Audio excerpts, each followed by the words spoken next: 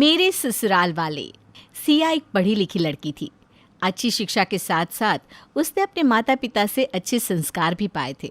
उसके गुणों को देखते हुए धीरे धीरे एक से बढ़कर एक रिश्ते उसके लिए आने लगे थे। बहन जी, हमें ज़्यादा दान दहेज का लालच नहीं है।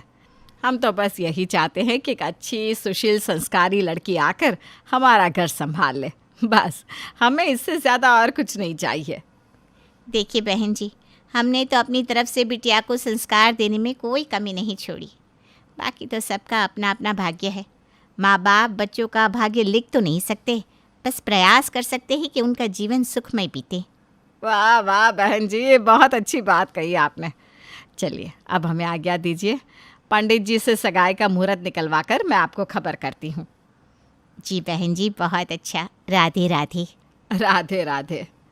जल्दी सिया और मोहन की सगाई की तारीख निकल जाती है और ठीक 1 महीने बाद शादी करके सिया मोहन के घर यानी कि अपने ससुराल पहुंच जाती है। शादी के अगले दिन। सिया बेटा, कैसी है तू? सब सही है ना ससुराल में? हाँ माँ, सब सही है। माँ जी भी अच्छी हैं और मैं भी एकदम ठीक हूँ। आप कैसी हैं? सिया अपनी माँ से बात कर रही थी, तभी सास शर्मिला कमरे में आ जाती है। सिया बेटा, अब ससुराल आ गई हो तो फ़ोन रख दो और यहाँ पर घुलने मिलने की कोशिश करो। ऐसे मायके में ही अटकी रहोगी तो यहाँ पर कभी नहीं जुड़ पाओगी। शादी के बाद पहले ही दिन सास के मुंह से ऐसी बात सुनकर सिया को बहुत बुरा लगा। वो माँ जी, मम्मी को थोड़ी चिंता हो रही थी ना, इसलिए फ़ोन करके हालचाल पूछ रही थी। अच्छा, शादी से पहले तो तुम्हारी मम्मी संस्कारों की बहुत बड़ी बड़ी बातें कर रही थी। बस यही है संस्कार कि नई नवेली ब्याही बेटी की घर गृहस्थी में दखलंदाजी शुरू कर दो। एक दिन हुआ नहीं बेटी की शादी को कि फ़ोन करके कान भरने शुरू कर दिए। ऐसा लग रहा है बेटी ब्याह कर ससुराल नहीं काला पानी गई है, जो तुम्हारी मम्मी को इतनी चिंता हो रही है। अरे भाई, कन्यादान की रस्म का मतलब ही यही है कि अब उनका नाता तुमसे ख़त्म। उन्होंने खुद तुम्हें हमें सौंप दिया है, तो फिर घड़ी घड़ी फ़ोन पर क्या जानना है उनको? माँ जी, मेरी मम्मी ने मेरे कान नहीं भरे हैं और ना ही उन्होंने कोई दखल अंदाजी की है।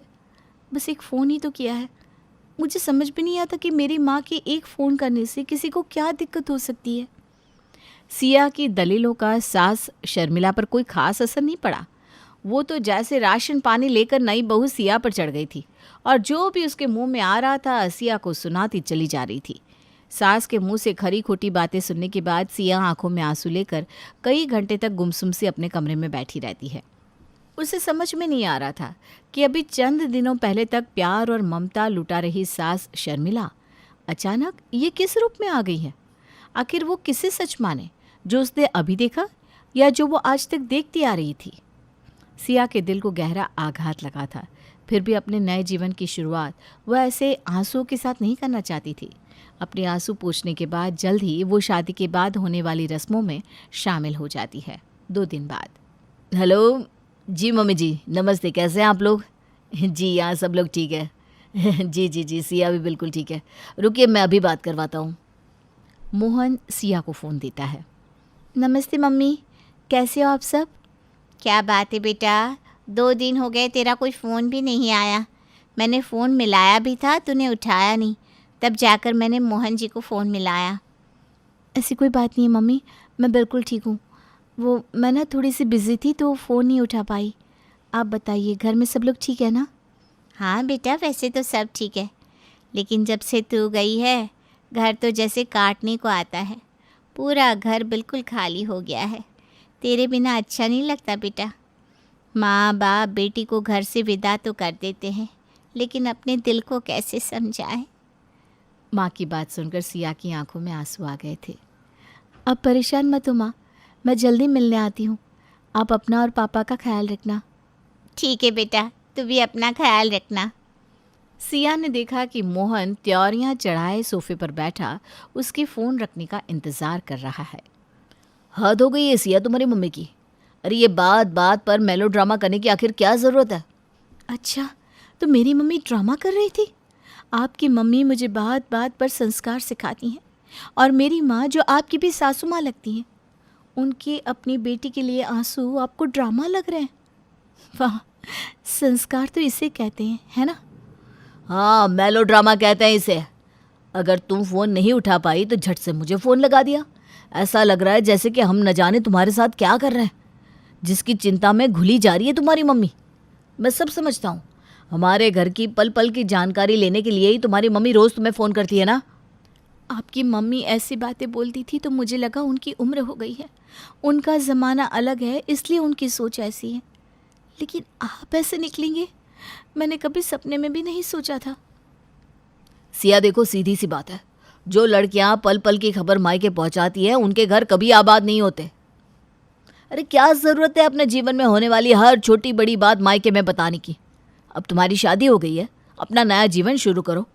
मैं नहीं चाहता कि मेरे घर के हर मामले में तुम अपनी मम्मी से एक्सपर्ट राय लेकर यहाँ उनकी मर्जी चलाओ। 10 साल पहले तक जब लड़कियों के पास मोबाइल फ़ोन नहीं थे तब क्या शादियाँ नहीं होती थी? वो लड़कियाँ भी तो अपने ससुराल में रहती ही थी ना। बल्कि मेरा तो मानना है कि आज के समय से ज़्यादा ही खुश रहा करती थी। और सबसे बड़ी बात, तुम्हें इस घर में ऐसा क्या कष्ट है जो तुम रोज़ रोज़ फ़ोन पर आंसू टपकाती रहती हो? पति मोहन की बात सुनकर सिया को समझ में आ गया था कि पूरे परिवार की सोच में ही खराबी है। इन लोगों के साथ किसी भी तरह की बहस करने का कोई फ़ायदा ही नहीं, क्योंकि किसी की सोच को 2 दिन में बदला नहीं जा सकता। बरसों से बनी धारणा को बदलने के लिए उसे कुछ सॉलिड तर्क चाहिए होंगे। धीरे धीरे समय बीतने लगता है। हर शादीशुदा लड़की की तरह सिया भी ससुराल की पसंद नापसंद के अनुसार खुद को ढालने की कोशिश में लगी हुई थी। बेटा सिया, तेरा सोने का हार और मांग टीका तो मेरे पास अलमारी में ही रह गया।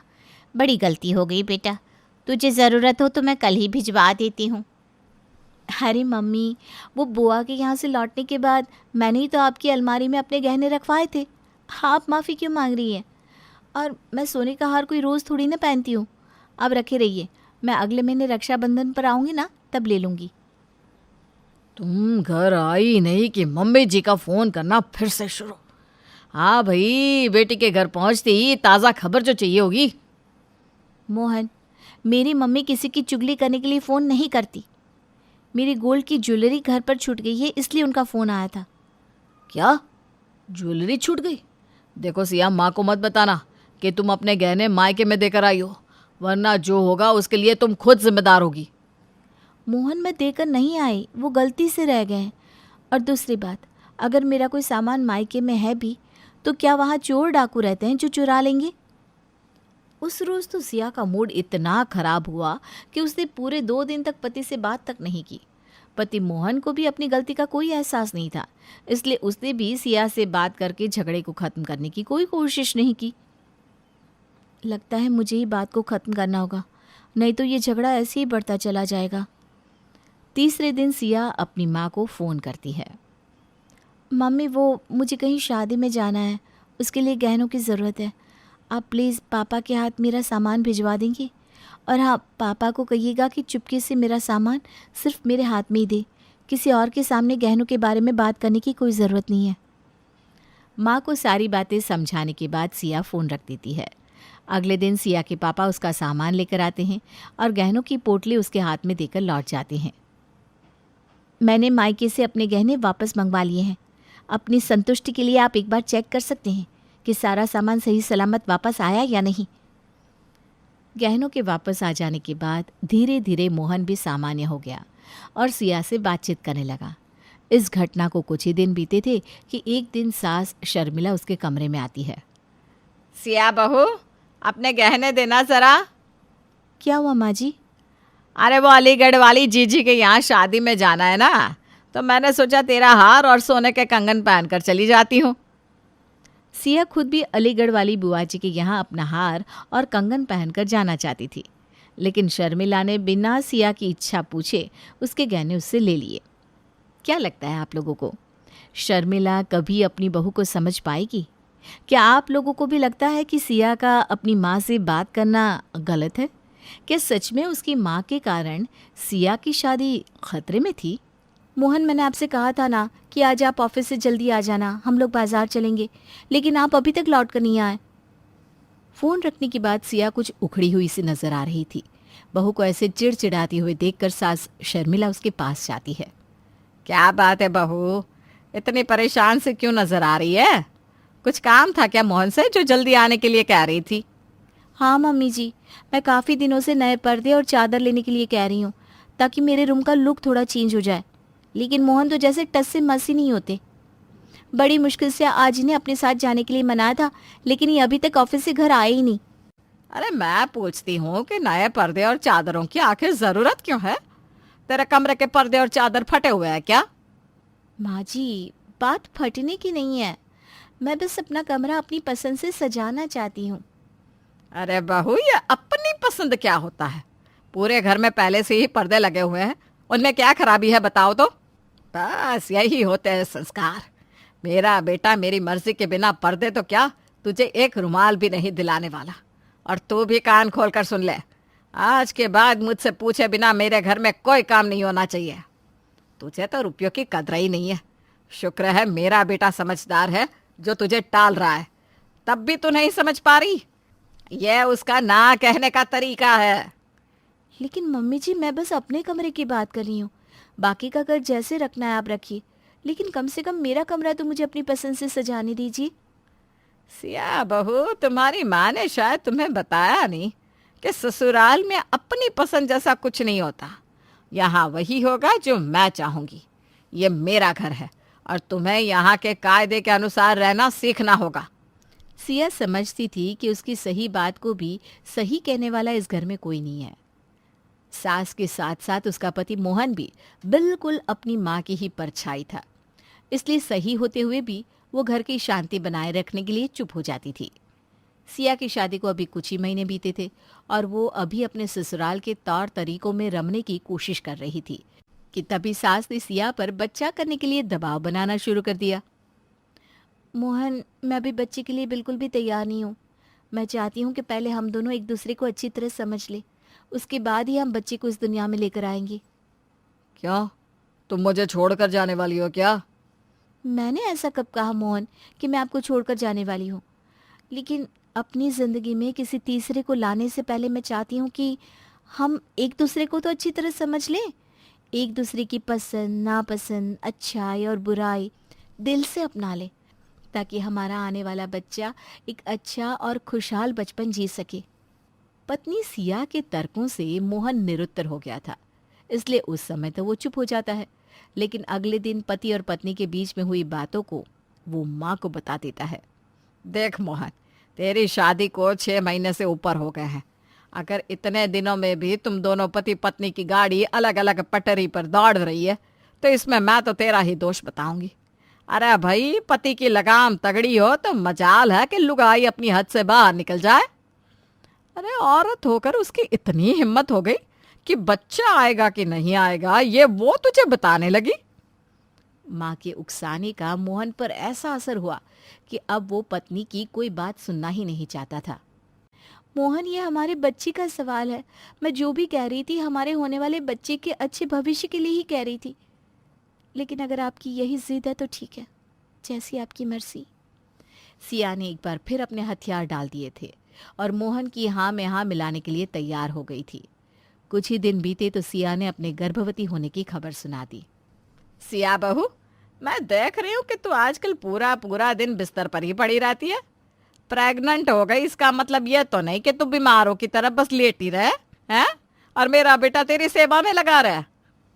मम्मी जी, मुझे डॉक्टर ने 3 महीने तक रेस्ट के लिए बोला है, फिर भी मैं घर के काम निपटाने के बाद ही लेटती हूँ, और मोहन ने तो आज तक मुझे एक गिलास पानी भी लाकर नहीं दिया।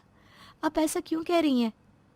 ए सिया बहू, हमारी आंखें बंद नहीं है, सब दिखाई दे रहा है हमें कैसे मोहन तेरे आगे पीछे घूमता रहता है।